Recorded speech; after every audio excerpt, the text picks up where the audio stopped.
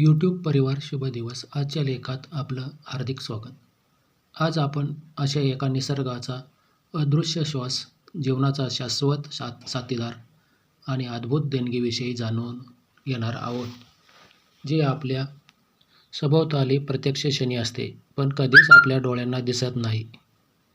तो म्हणजे वारा. आपण शाळेत असताना भूगोलाच्या पुस्तकात आपण शिकलो, वाऱ्याचे 3 प्रकार. 1 खारे वारे, 2 मतले वारे, 3 मोसमी वारे असे 3 प्रकार आहेत. आता दिवसा समुद्राकडून वारे वाहत आहे, त्यास खारे वारे म्हणतात, आणि रात्रीचे वारे त्यास मतले वारे म्हणतात. नैऋत्य मोसमी आणि ईशान्य मोसमी वारे आहे, असे 3 प्रकार असतात. आपल्याकडे 4थं वारं असतं, ते निवडणुकीचे वारे असते. हे वारं फार जोखमीचं असतं. हे वारं ठराविक जणच लढा देतात. हे वारं 5 वर्षांनी येतं.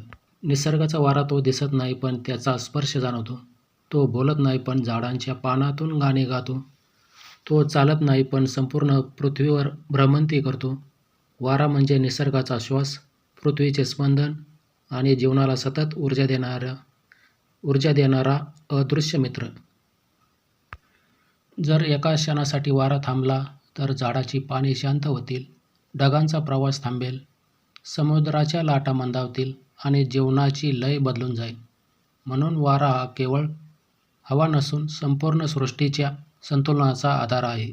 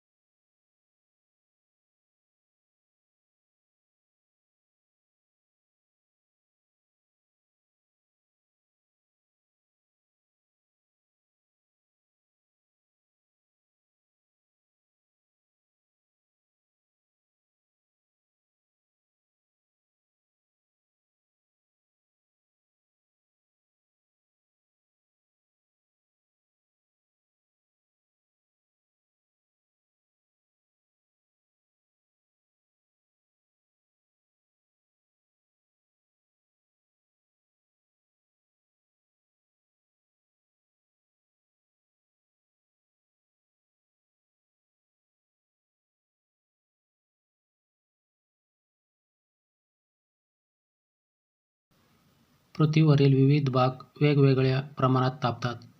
त्यामुळे हवेचा दाब बदलतो आणि उच्च दाबाच्या भागातून कमी दाबाच्या भागाकडे हवा वाहू लागते. या वाहणाऱ्या हवेलाच आपण वारा म्हणतो. परंतु विज्ञानातील ही व्याख्या जितकी खरी आहे, तितकीच काव्यमयी व्याख्या सुंदर आहे. वारा म्हणजे निसर्गाच्या हृदयाची धडधड, पहाटेच्या वाऱ्याची जादू. पहाटेची वेळ, मंद गार वारा, पक्ष्यांचा किलबिलाट, फुलांचा सुगंध या वातावरणात मन प्रसन्न होते. पहाटे चाललेलं चांगलं असतं. सायकल चालवणे शरीराला नवीन ऊर्जा मिळते. पहाटेचा वारा शरीराला ताजेतवाने करतो, मनातील चिंता कमी करतो आणि नवीन दिवसाची सुरुवात उत्साहाने करण्याची प्रेरणा देतो.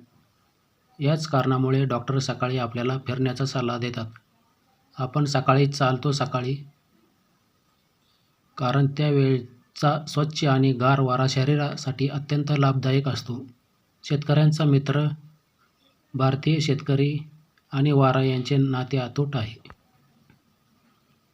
पिकांच्या वाढीसाठी योग्य हवा आवश्यक असते. वारा पिकांना डोलायला लावू शिकवतो. फुलांचे परागकण एका फुलातून दुसऱ्या फुलापर्यंत पोचवतो आणि निसर्गाचे चक्र अखंड चालू ठेवतो. कधी काळे ढग घेऊन येतो, तर कधी पावसाची चाहूल देतो. शेतकरी आकाशातील ढगासोबत वाऱ्याची दिशा पाहून पावसाचा अंदाज बांधतो. वाऱ्यामुळे निसर्ग जिवंत राहतो. जर वारा नसला तर फुलांचा सुगंध एकाच जागी अडकून राहिला असता. झाडांच्या बिया दूरवर पोचल्या नसत्या. अनेक वनस्पतींची वाढ थांबली असती. समुद्रातील लाटा, नद्यावरील तरंग, डोंगरातील गारवा आणि जंगलातील सळसळ हे सर्व वाऱ्यामुळेच अनुभवायला मिळते. वारा आणि मानवी जीवन, माणसाचे जीवनही वाऱ्यासारखे आहे. कधी सुखाचा मंद गारवा असतो, तर कधी संकटाचे वादळ असते.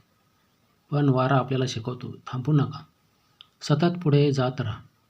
जसा वारा अडथळे पार करून पुढे जातो, तसाच माणसानेही संकटावर मात करत जीवनाचा प्रवास सुरू ठेवावा. साहित्य आणि संस्कृतीतील वारा.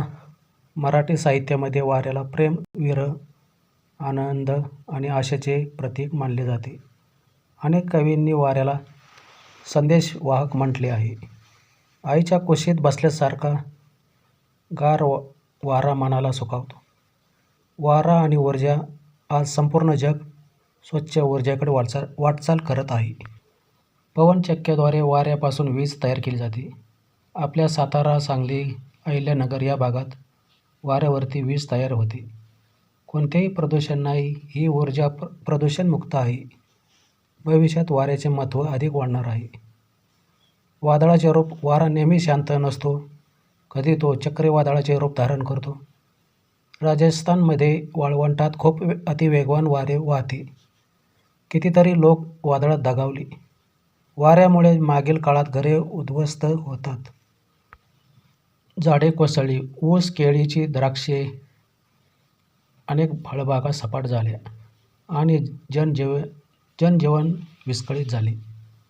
यातून एक शिकायला मिळाले, प्रत्येक शक्तीचा योग्य वापर झाला तर ती कल्याणकारी असते, पण अतिरेक विनाशकारी ठरतो.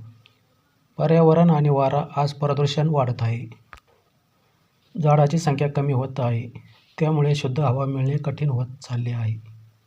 आपण प्रत्येकाने झाडे लावली, त्याचे संवर्धन केले आणि प्रदूषण कमी केले तर पुढील पिढ्यांनाही स्वच्छ, शुद्ध आणि गार वारा अनुभवता येईल. वाऱ्याकडून मिळणाऱ्या जीवन शिक्षा. सतत पुढे जात राहा. कोणालाही न दुखावता सर्वांना आनंद द्या. संकटे आली तरी थांबू नका. स्वतः दिसण्यापेक्षा आपल्या कार्यातून ओळख निर्माण करा. शांततेतही मोठे कार्य करता येते. वारा हा निसर्गाचा अदृश्य पण सर्वात सुंदर चमत्कार आहे. तो प्रत्येकाच्या आयुष्यात नकळत आनंद, गारवा आणि आशा घेऊन येतो. त्याच्याशिवाय पृथ्वीवरील जीवनाची कल्पनाही करता येत नाही. आपण निसर्गाचे रक्षण केले, वृक्ष संवर्धन केले आणि पर्यावरण जपले तर वाऱ्याची ही अमूल्य भेट कायम टिकून राहील. लक्षात ठेवा, वारा कधी स्वतःसाठी वाहत नाही, तो प्रत्येकाला गारवा देतो. माणसानेही आपल्या जीवनात असंच जगावे. स्वतःपेक्षा इतरांच्या आनंदासाठी तुमचंही आयुष्य नेहमी आनंदी आणि आशादायक,